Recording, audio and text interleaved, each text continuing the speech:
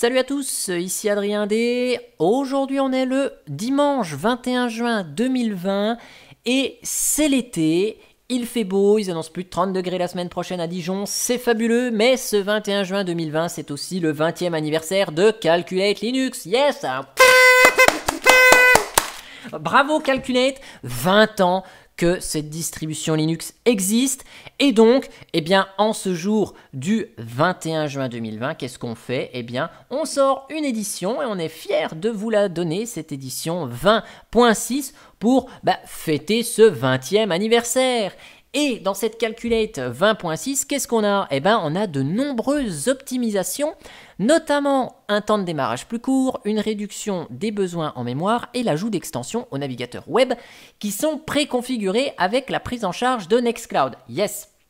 D'ailleurs, je vous l'ai déjà dit, mais Calculate Linux est une distribution Linux qui est créée par Calculate pour Calculate à la base. Bien sûr, tout le monde peut la télécharger et l'utiliser, mais elle est faite pour les besoins de l'entreprise Calculate qui, je le rappelle, est basée à Saint-Pétersbourg en Russie, pour laquelle il y avait des besoins spécifiques il y a 20 ans, et donc cette distribution a été développée pour ça. Calculate fabrique des emballages en carton, comme des briques en carton de jus d'orange, de briques de lait. Notamment, ils font les calendriers de l'Avent quand il y a Noël qui approche, etc. etc. Et si vous voulez, les choix qui sont faits dans la distribution dépendent réellement des besoins de la société Calculate. Notamment, Chromium est devenu le navigateur par défaut en lieu et en place de Firefox. Alors, vous le savez, il y a plusieurs éditions de Calculate, je vais en parler ici, mais j'ai la Calculate Linux Desktop GNOME. C'est l'édition que j'utilise sur mon système, puisque j'adore l'environnement de bureau GNOME. Dedans, vous aurez donc toutes les améliorations que je vais vous lister, à l'exception de Firefox qui reste navigateur par défaut. C'est historique, hein, j'ai laissé Firefox ici, je remplacerai peut-être par Chromium plus tard, mais sachez qu'en fait, il y a eu ces changements, ces améliorations, ces optimisations. Voilà, il faut que ça démarre plus vite. Il faut qu'il y ait moins de besoins en mémoire de Calculate.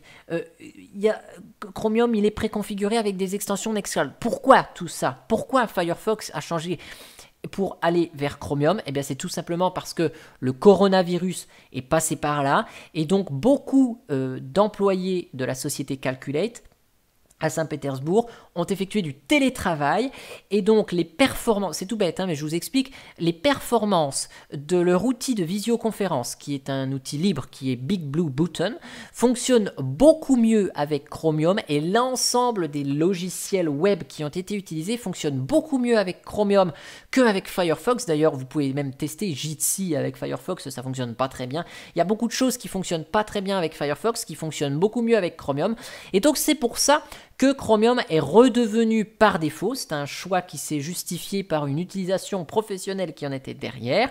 Et ils utilisent Nextcloud évidemment. Donc s'ils utilisent Nextcloud, vous l'aurez compris, il y a les extensions Nextcloud qui va bien. Il faut des besoins en mémoire plus faibles parce que le télétravail, c'est des ordinateurs portables qui ne sont pas avec des configurations aussi costauds que des postes fixes. Et donc tout ça, ça a été travaillé pour améliorer l'expérience télétravail des utilisateurs de la société Calculate. Et donc, on en bénéficie indirectement, nous, utilisateurs, on va utiliser une Calculate. Bon, on ne fait pas partie d'une entreprise, on en a ici les avantages. Pareil pour le temps de démarrage plus court, les employés de la société Calculate, hein, je vous raconte un petit peu l'envers du décor, ce que vous ne voyez pas écrit sur les forums ou dans les histoires, tout ça, mais dans la société Calculate, si vous voulez, le service informatique dont fait partie Alexander, avec qui je discute énormément, ils ont livré donc des PC Calculate, mais aussi des live USB sur lesquels il y a carrément le système Calculate, et donc les gens peuvent travailler depuis la live USB, ils ont l'ensemble des logiciels et tout ce qu'il faut pour travailler. Et donc, tout ça, ces temps de démarrage plus courts, c'est nécessaire pour améliorer l'expérience. Donc, bien sûr, sur le site de Calculate Linux, toutes les éditions sont en version 20.6. Je vous rappelle que Calculate Linux est une rolling release. Donc, si vous avez déjà le système installé, en mettant simplement à jour Calculate, vous aurez la version 20.6.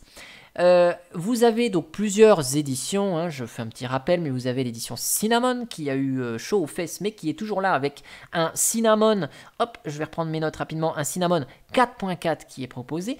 Vous avez l'édition KDE avec les KDE Frameworks 5.70, KDE Plasma 5.18, les KDE Applications 19.12.3. Vous avez l'édition LXQT avec LXQt 0.14.1. Vous avez l'édition Mate avec Mate 1.24, vous avez l'édition XFCE avec XFCE 4.14, l'édition XFCE scientifique qui est utilisée dans une université en Russie, et donc c'est juste pour ça qu'elle existe celle-ci, parce que ça a été un besoin qui a été demandé. Cependant elle intègre juste quelques outils supplémentaires, notamment Eclipse je crois pour de la programmation. Donc c'est pas spécialement intéressant d'aller voir ce qu'elle propose de ce côté-là. Je vous le dis juste comme ça au passage. Vous avez la Scratch Edition, donc qui contient uniquement le serveur X et le noyau et les utilitaires Calculate. Donc vous avez un serveur X qui n'est pas configuré mais qui est installé, et donc à vous de personnaliser cette installation avec l'environnement de bureau ou le gestionnaire de fenêtres de votre choix. Voilà, donc vous avez dedans un serveur X en version 1.20.8 comme l'ensemble des éditions de Calculate Linux Desktop. Vous avez la partie serveur avec la Directory Server, donc ça c'est le serveur qui remplace Windows Server, puisque l'infrastructure Calculate derrière peut remplacer totalement un écosystème Microsoft. Vous avez dans cette Directory Server OpenLDAP 2.4.50, vous avez serveur Samba en version 4.11, vous avez Postfix pour du serveur mail, il y a ProFTPD qui est présent aussi pour les serveurs FTP, vous avez Bind en version 9.14.8, tout ça c'est magnifique, ça vous permet d'avoir vraiment des serveurs pour piloter une entreprise. Je rappelle que Calculate est à destination d'une société à la base. Donc tout est développé dans ce sens, et vous avez la Scratch Server qui contient quoi? Qui contient juste les utilitaires Calculate et un noyau 5.4.45 comme l'ensemble des autres éditions de Calculate.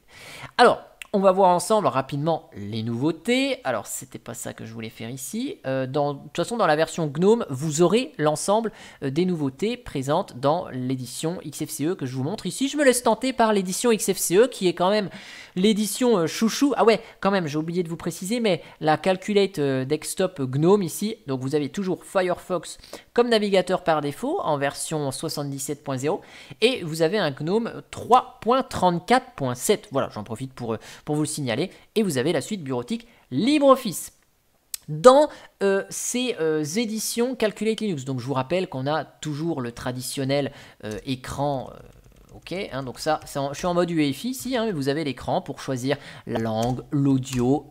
Ça c'est l'audio, la langue, la time zone, enfin tout ce qu'il faut pour exécuter le live CD. Ça veut dire que là, vous voulez tester, vous voulez avoir vraiment quelque chose de complet et de bien intégré juste en live, et ben vous pouvez, et vous pouvez même forcer le pilote vidéo avec de l'AMD, de l'Intel, de Nvidia, enfin tout ce que vous voulez. Ici, on va démarrer. Donc, on n'est pas dans le même cas que mon ami Xark ici, qui n'arrivait pas à choisir la langue de démarrage sur un live de Ubuntu. Voilà, hein, Ubuntu, distribution super connue. Et puis ici, vous voyez, Ubuntu ne permet pas de choisir la langue facilement depuis son écran de démarrage. Je tiens juste à le signaler ici. Donc, on va démarrer l'édition XFCE.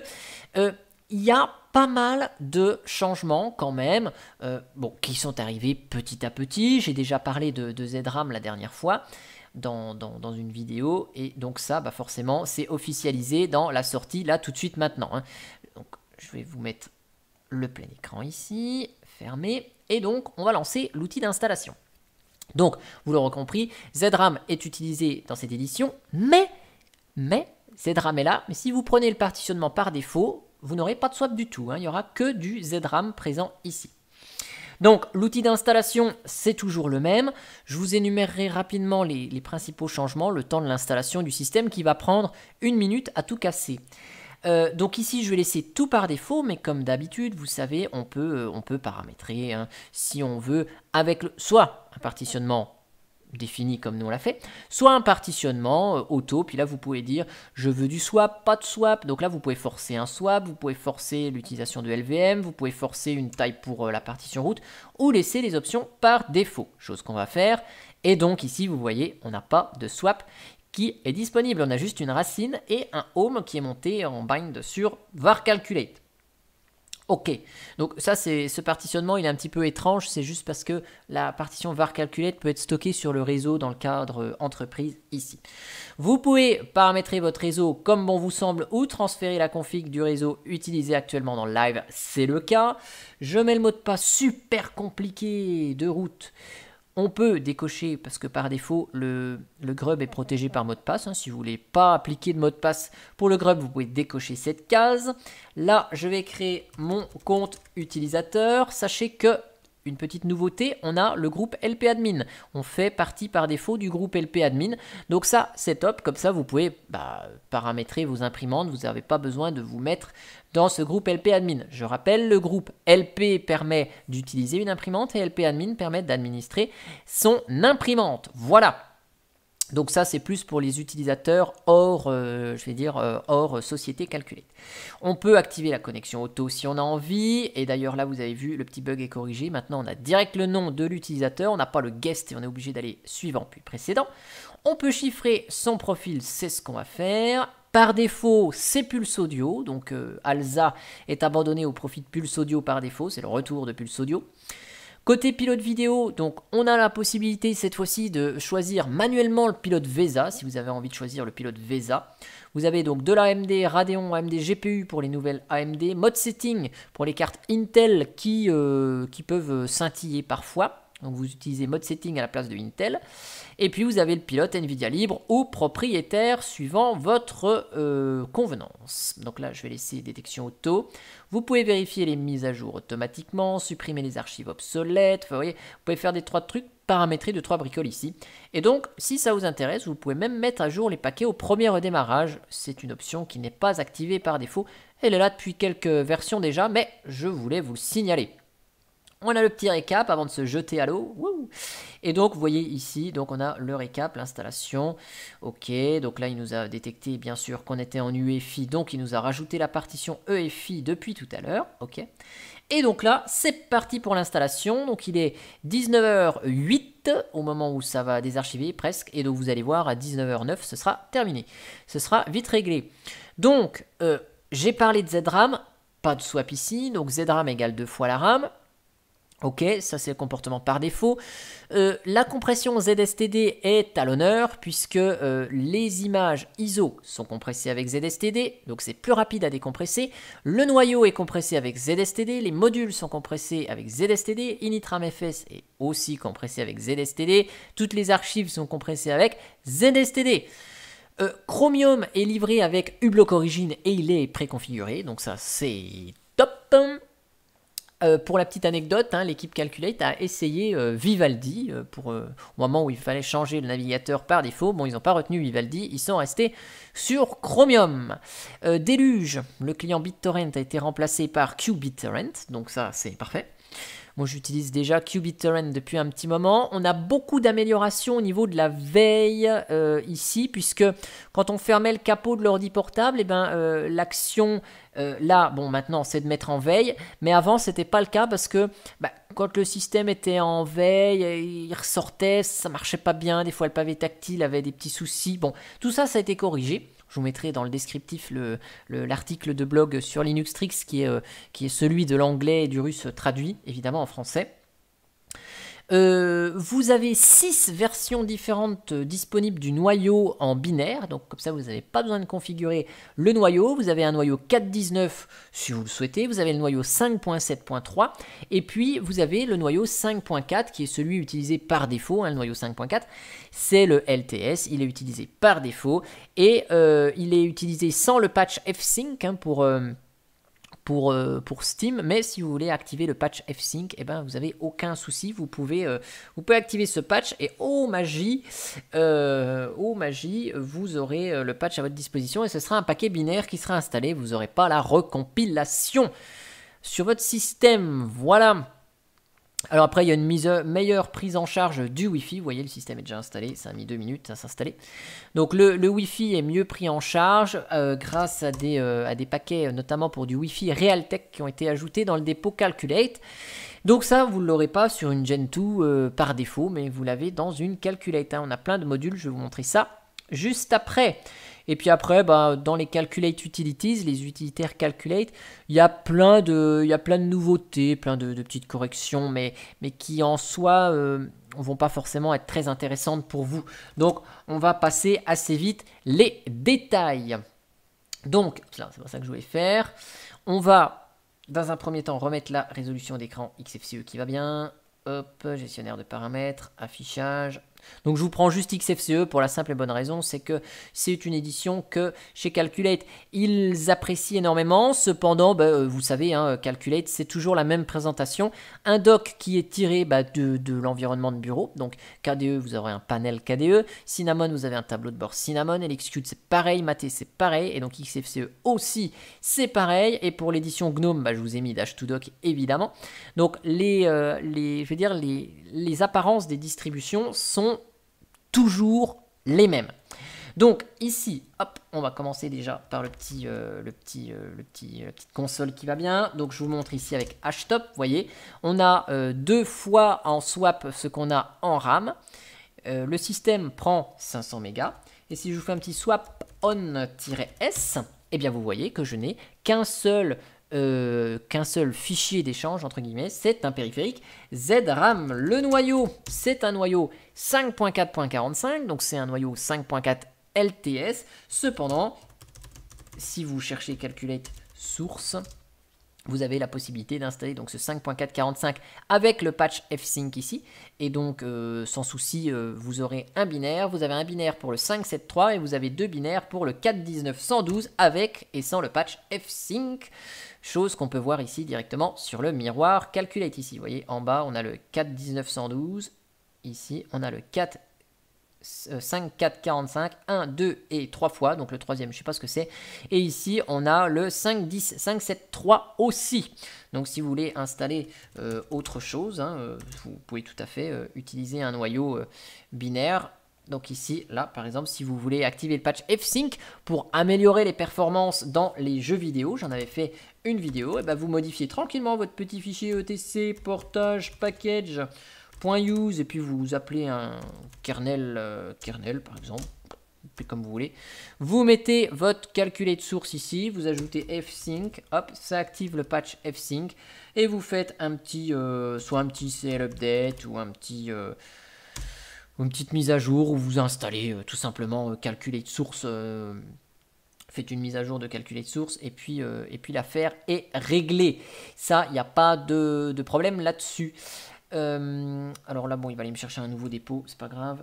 Je vais voir si je peux faire un emerge-pv calculate source. Hop, pour réinstaller le noyau ici avec le patch fsync. On va voir si ça fonctionne de ce côté-là ou s'il faut que je rafraîchisse les dépôts. Ça peut être un peu long le premier rafraîchissement, c'est pour ça que j'aimerais éviter. Je voulais vous parler aussi donc du support Wi-Fi.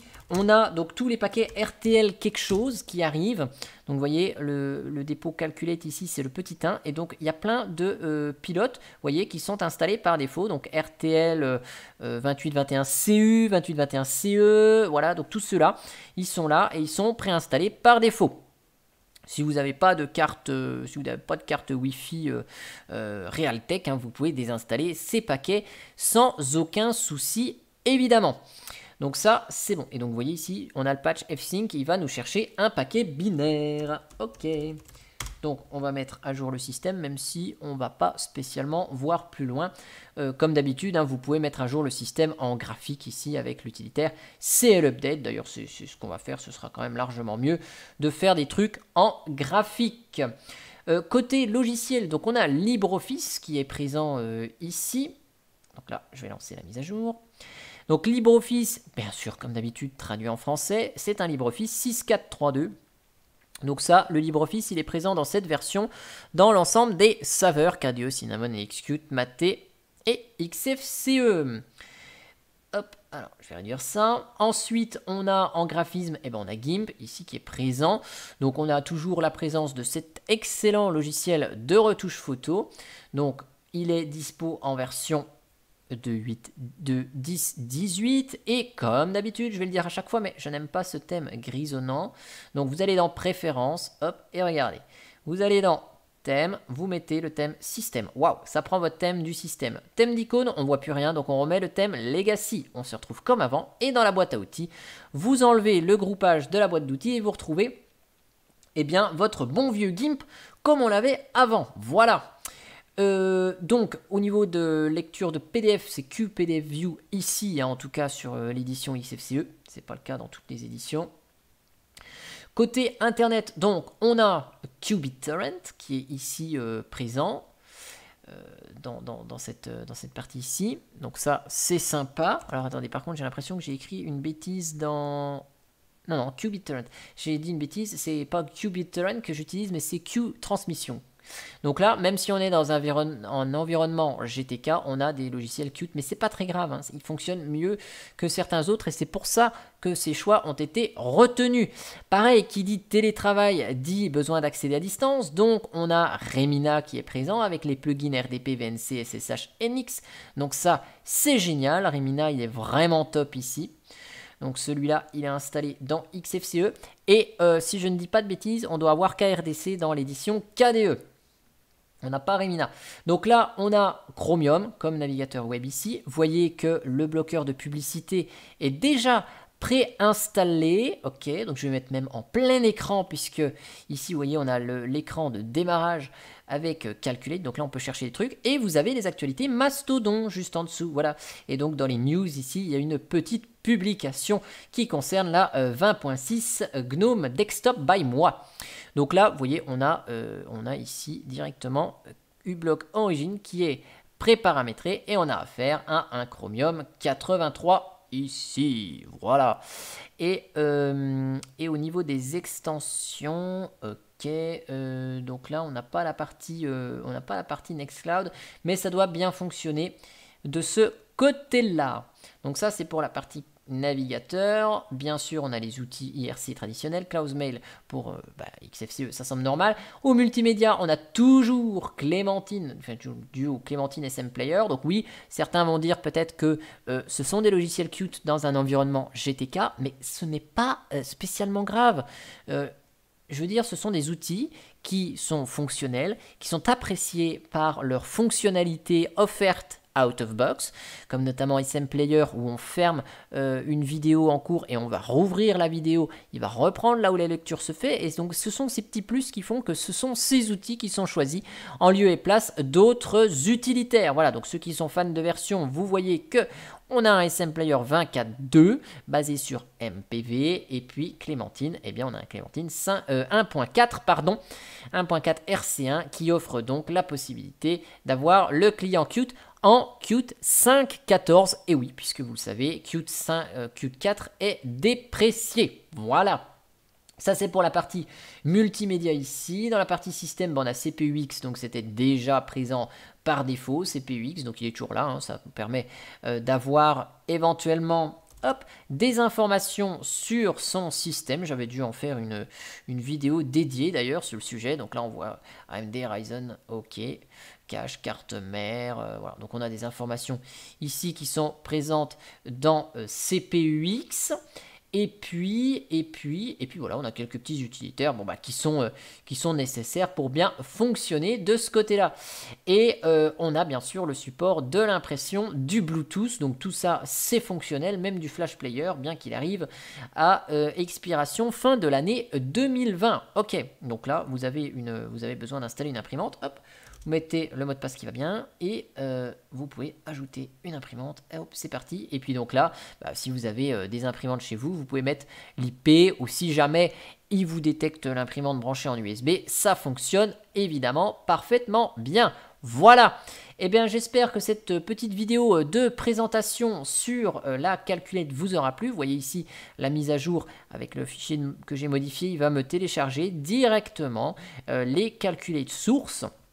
avec le patch fsync. Donc on a modifié un fichier de configuration et on va récupérer ce noyau avec le patch, mais on ne bascule pas ici avec un paquet binaire, enfin un paquet à compiler. Hein, vous savez, sur Calculate, vous avez des paquets binaires. Et si vous voulez éventuellement personnaliser ces paquets, vous rentrez en mode compilation, sauf si il existe un binaire avec les options que vous avez spécifiées. Et donc là, dans le cas précis du noyau, eh bien, vous avez le patch fsync qui vous est proposé en tant que noyau à télécharger avec un paquet binaire. Donc comme ça, vous n'avez pas besoin. Vous pouvez activer le patch sans aucun souci. Vous n'allez pas être embêté à vous dire ah ben non mais ça va rentrer en mode compilation. Juste une petite note au passage, si vous souhaitez passer au noyau 5.7, donc vous pouvez démasquer complètement syskernel calculate source directement dans un fichier de configuration comme je l'avais déjà montré dans une vidéo. Je vais essayer de vous mettre le lien dans le descriptif qui parlait de cela. Mais attention avec les pilotes Realtek qui ne fonctionnent pas encore tout à fait très bien avec ce noyau 5.7. Donc si vous avez un noyau, enfin vous avez une carte Realtek, ne passez pas en noyau 5.7. Ou alors si vous voulez passer en noyau 5.7, vous pouvez tout à fait le faire, mais pensez à désinstaller éventuellement les modules ici qui ne vous intéressent pas, puisqu'ils échoueront à la compilation, puisqu'ils ne sont pas encore dans le code source des différents GitHub. Ils ne sont pas encore tout à fait bien patchés pour certains pour fonctionner avec le noyau 5.7. Donc vous voyez ici tous les pilotes qui sont pris en compte avec ces ajouts matériels made in Russia, enfin en tout cas made by Calculate de ce côté-là. J'espère que cette vidéo de présentation vous aura plu. Si vous utilisez Calculate Linux, dites-nous quelle édition utilisez-vous? Utilisez-vous du XFCE, du KDE, du Mate, du GNOME? Bon, je sais que certaines personnes que je côtoie à peu près régulièrement, je sais quelles éditions elles utilisent, comme Kenopir qui utilise toujours Mate, Joselito qui doit toujours utiliser Cinnamon avec une GNOME dans un petit coin de son ordinateur. Mais n'hésitez pas à commenter l'actualité autour de Calculate. J'espère que ça vous a plu. Et moi, je vous dis à bientôt pour une prochaine vidéo. Allez, ciao ciao!